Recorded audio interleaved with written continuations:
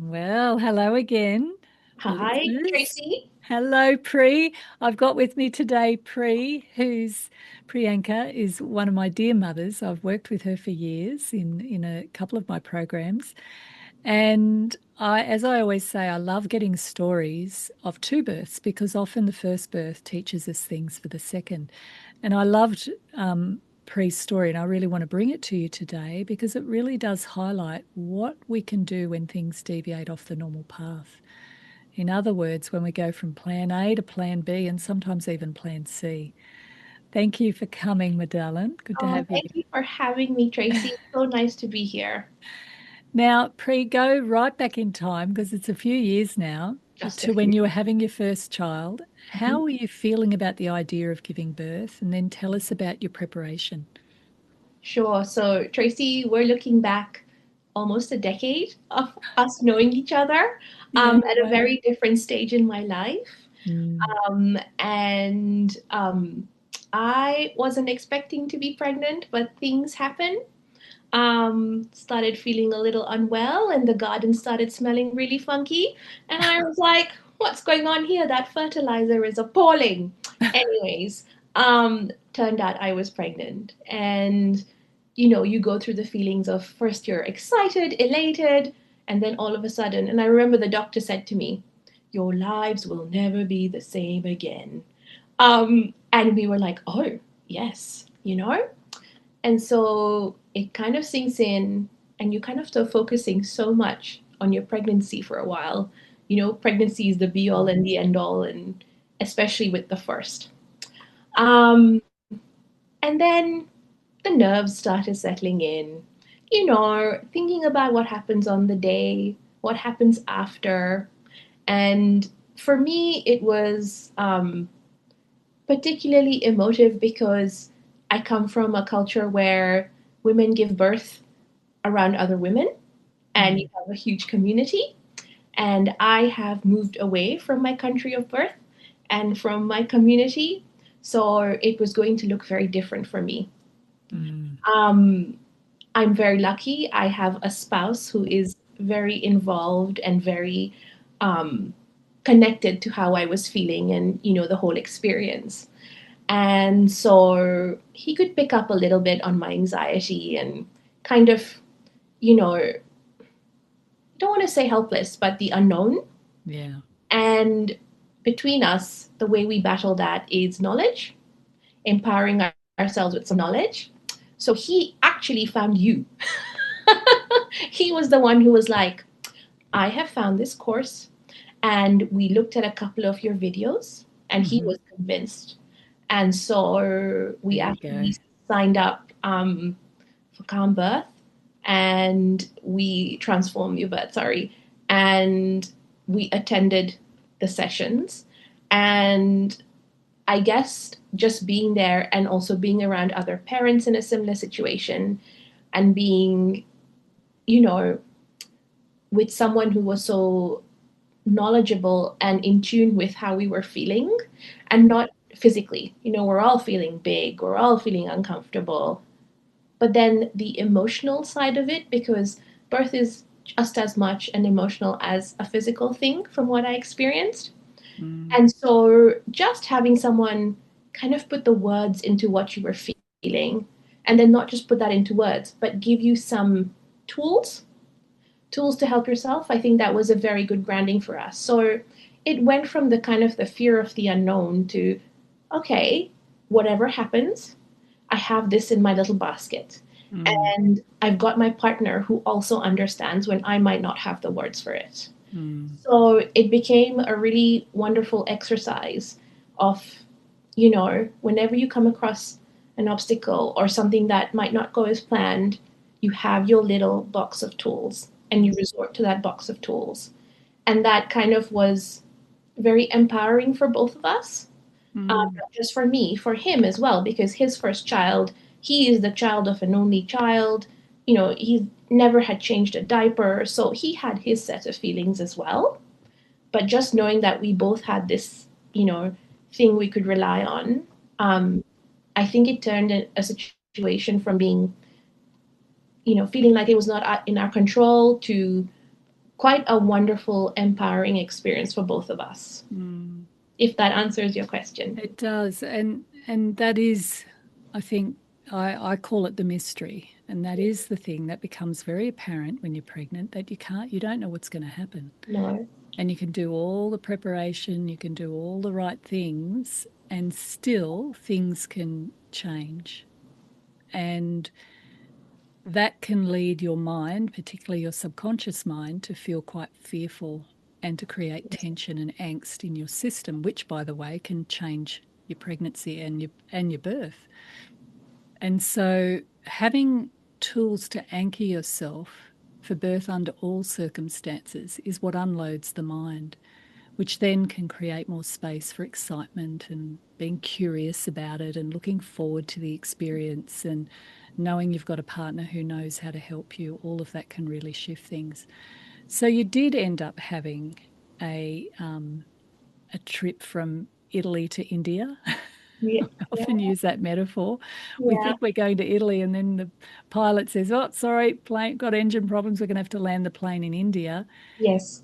And the goal is to make the most of wherever you find yourself in. So, do you want to just talk about what unfolded for the first birth, and then we'll use that to help people understand how what we can learn from that can go into the second Oh. birth? Yeah. Um, so obviously my first pregnancy, I went to the birthing classes at the hospital, and I didn't really have many problems with my pregnancy. I was pretty healthy. I felt great. Baby was growing nicely, you know. And then we came around to the day of delivery. I'm having my contractions, you know, it's all happening. Um, but my birth didn't progress. I didn't dilate more than a centimeter. It was over a 24-hour period, Yeah. and and then eventually baby was, instead of finding the door out, she was kind of bumping my hip. So it was just looking like it wasn't going to progress. So between my husband and I and doctor, we eventually decided a cesarean would be the safest option for me and the child. Mm-hmm. So we had a cesarean, and baby was born. And yeah, she came into the world, very loud lungs. So she was like eager to get out. And yeah, it was an early Christmas present for us. Mm. You know, progress is a really interesting phenomenon in that in a perfect world, babies would have their lovely heads tucked down and the crown presenting, and the crown acts as a lovely wedge to the cervix and can start to open the door. And of course, when they're presenting that way, pardon me, they then second stage can get much easier as well because the baby's head molds and compresses and creates more space and that's in a perfect world. And sometimes babies get themselves into not so good positions, and the way that their head is presenting doesn't support the dilation or the opening of the doorway.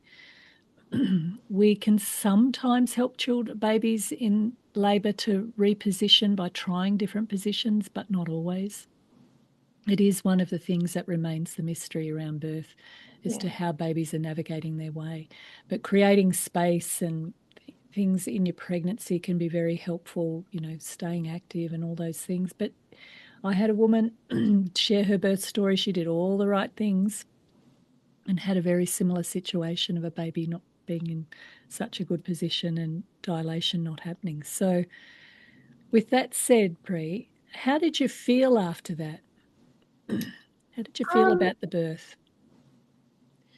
Tracy, like beginning of this episode, we talked about my toolbox. Yeah.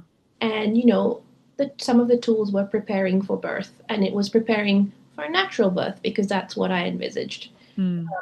With my breathing and keeping healthy, keeping active, kind of having a positive outlook. But then I also think in my toolbox you have your life experience and your own intuition.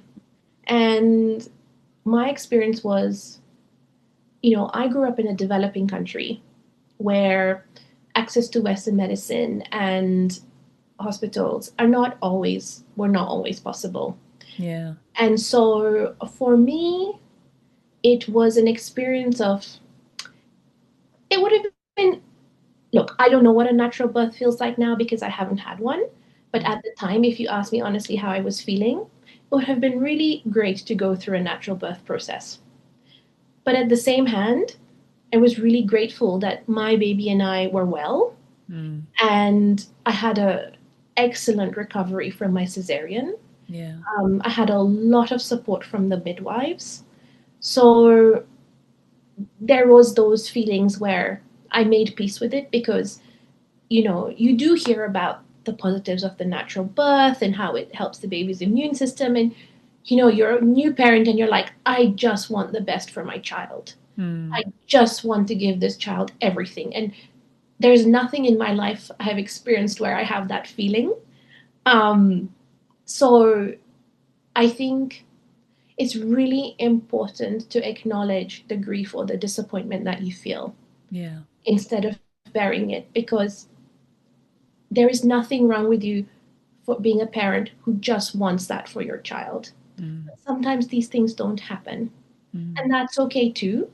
Yeah. So we always laugh. She came out through the sunroof, Mm. um, and I held her, and I got to breastfeed her, and it was quite funny. The doctor laughed. He said I had the most abundant milk supply on the ward, so I could have fed all the babies on the ward.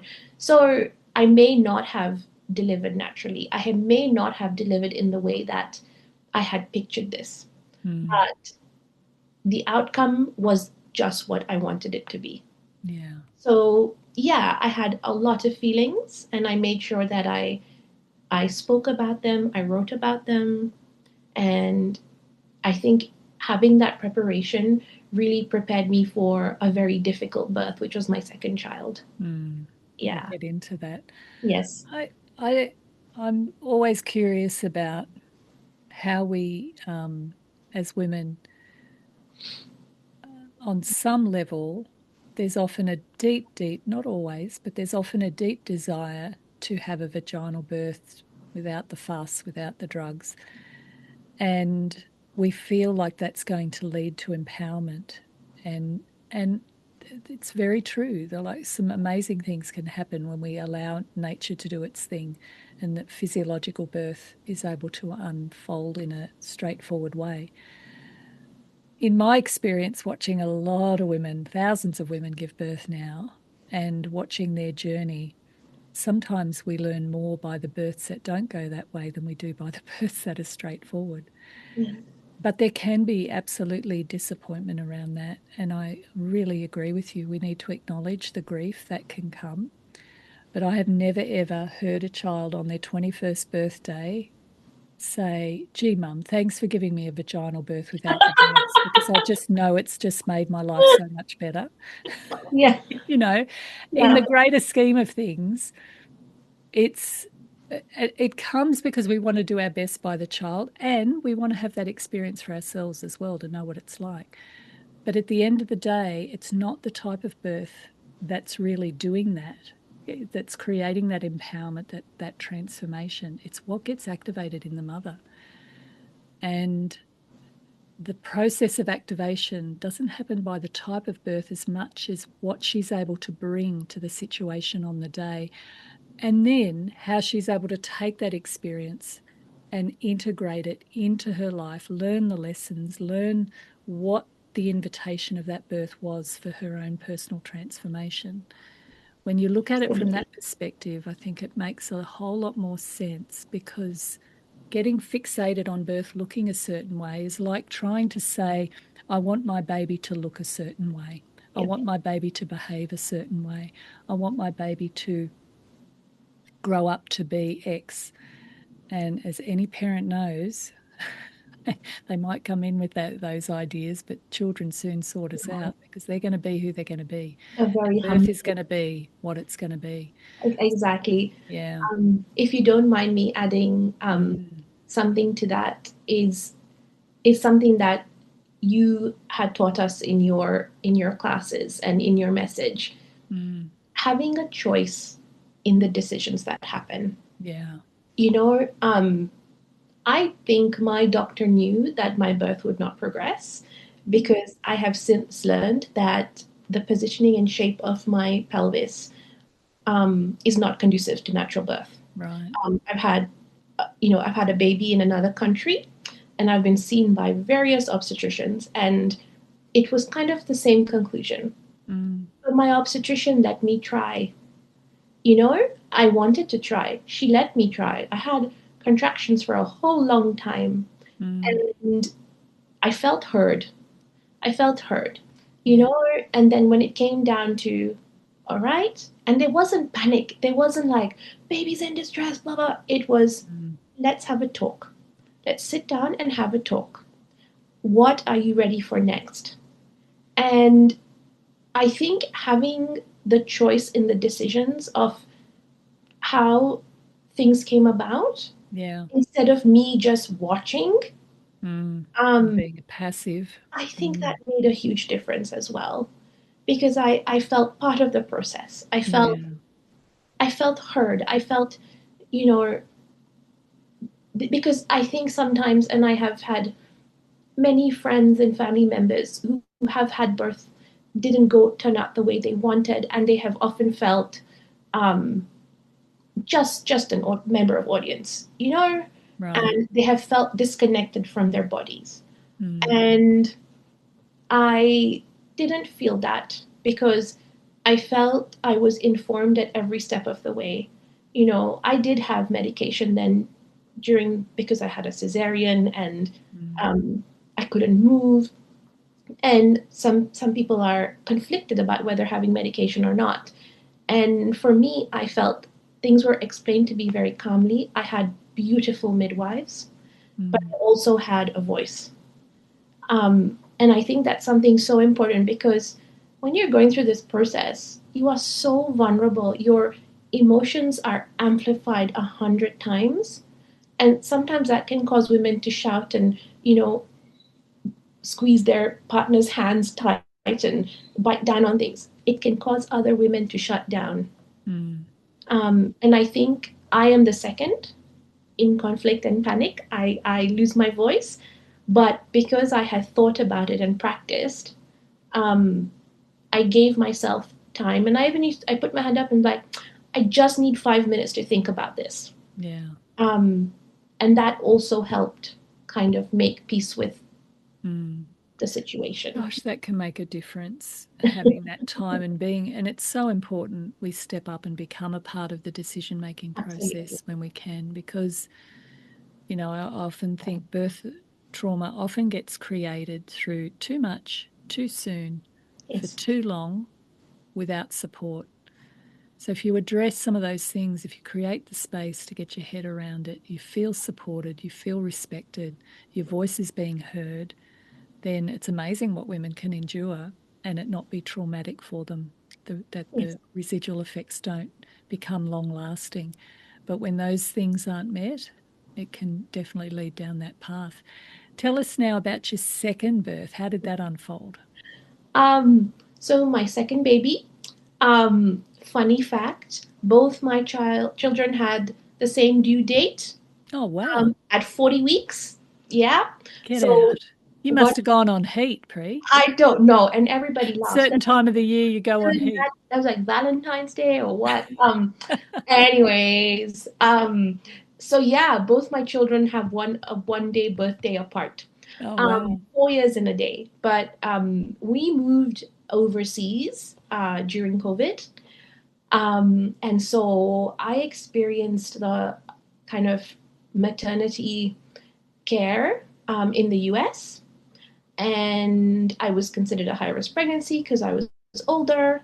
Um, I was quite unwell with my second one. I had very bad nausea, but so they were just a bit, more aware.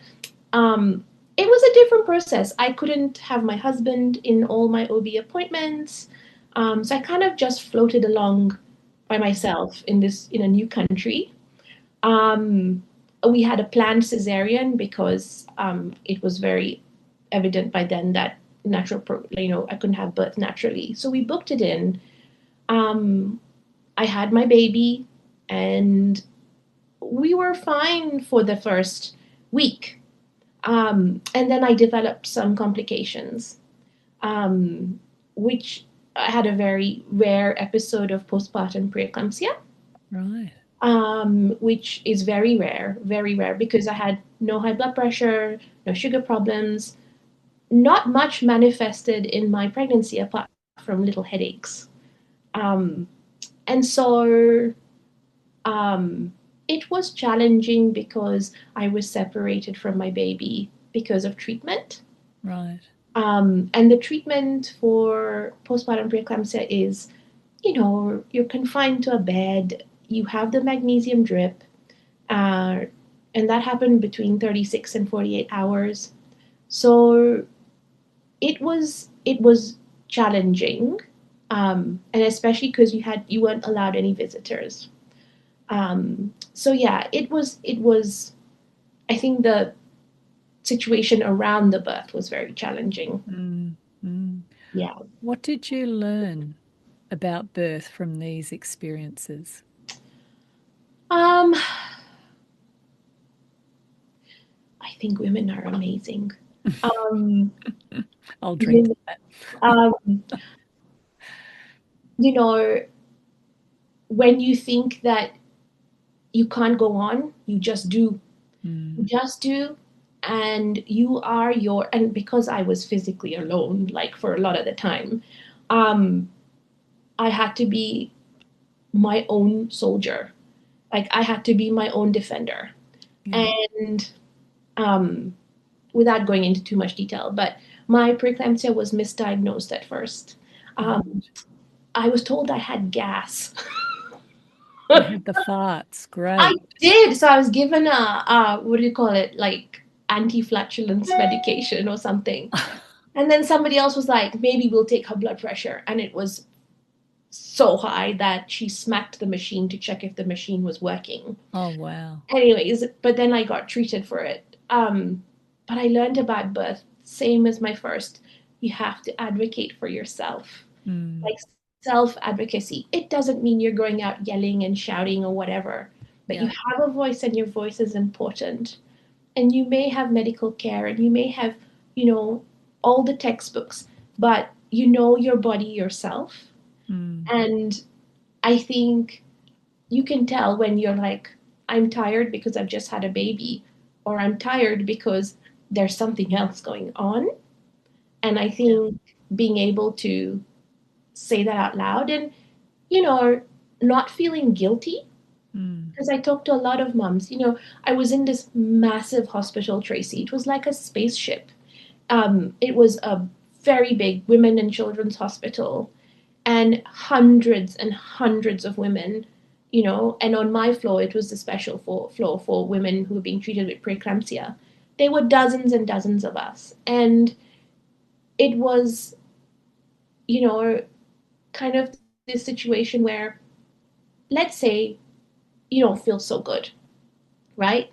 And you go to the hospital and you're like, oh, I'm just being silly, I'm just pregnant. If it turns out that it's good news and there's nothing wrong, that's what everybody just wants to hear, yeah. you know? So don't second guess about when your intuition is like, just let's go and get it checked out. I think that was Mm, an important thing that I learned. But yeah, I think from birth, the most important thing I learned was self advocacy, speaking yeah. up for yourself. Speaking up. Yeah, And when that baby lands, who do we have to speak up for then? yeah, exactly. It's training, people, absolute training, because our Exactly. children need us to be advocates for them too when they can't speak Absolutely. and as they get older. Yeah, Yes, absolutely. yeah.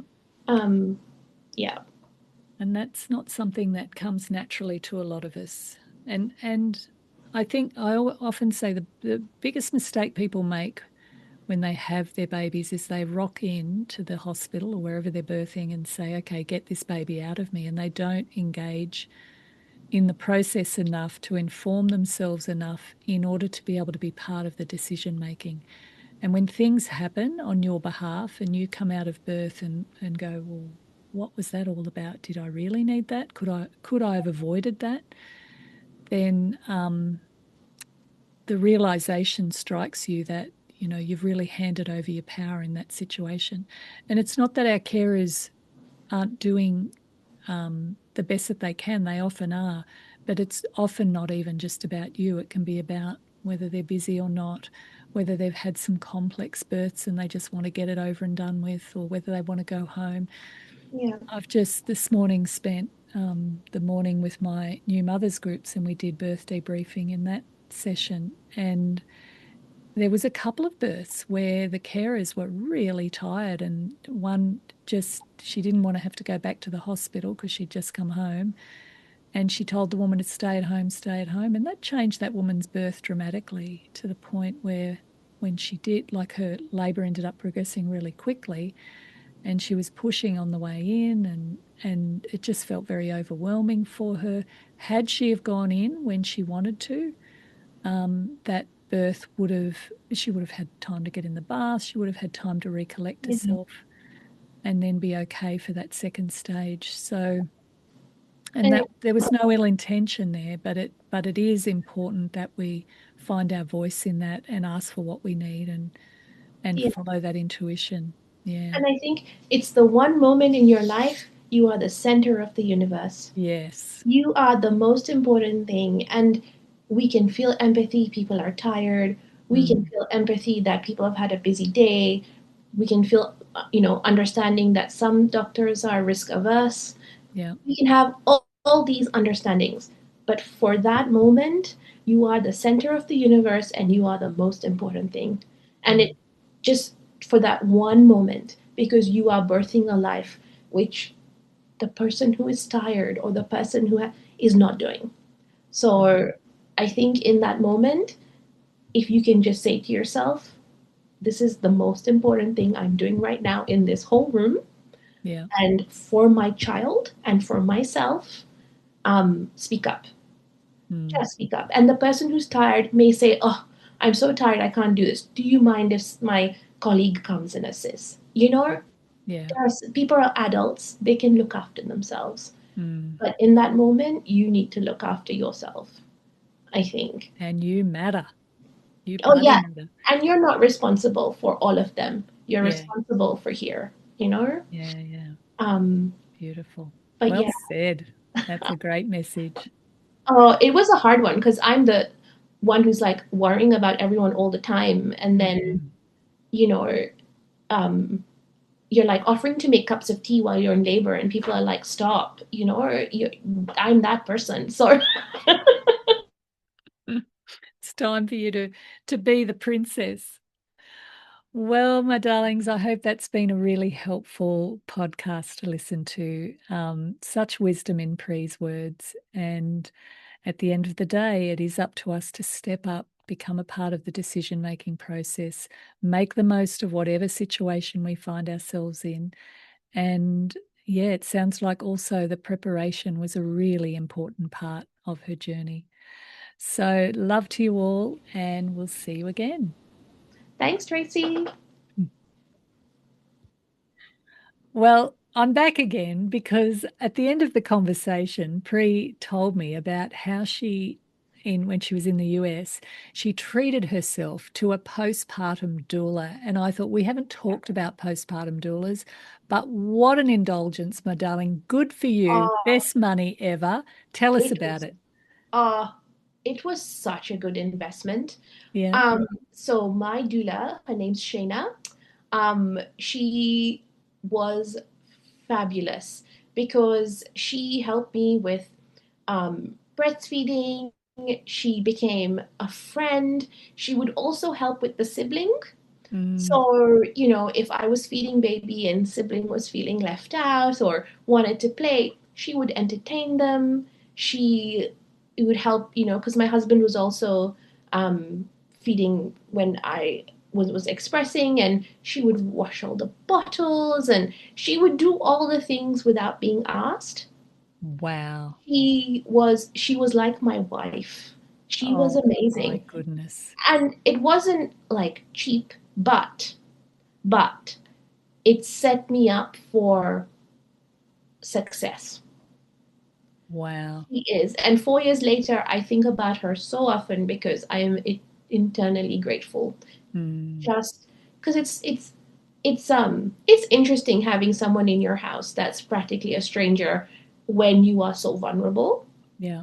Um, but she just lifted us all up, Ah, from dad to mom to my both my children. mm, I highly recommend it if you mm. find one. We interviewed about three, Yep. um, and we found Shayna, and How did you know she was the right one?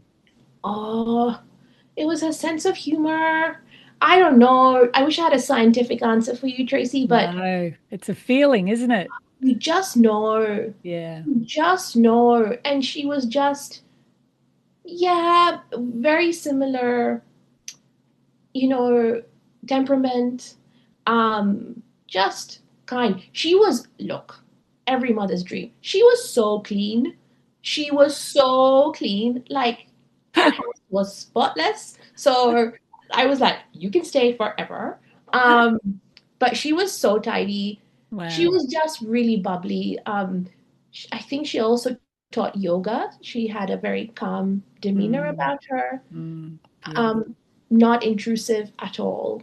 Mm, I had many vulnerable moments in front of her, and she just, you know, just easygoing. She was a mm, wonder. mm. Yes. I know a lot of doulas and the and postnatal doulas particularly, and they are golden often because they do understand the tenderness of that period of time and how with the right support, and not everybody has that in their families. So that's a nice little treat. So we thought we'd add that to the podcast. I didn't want that little piece of gold to go. Thanks for listening. We'll see you again next week. Bye.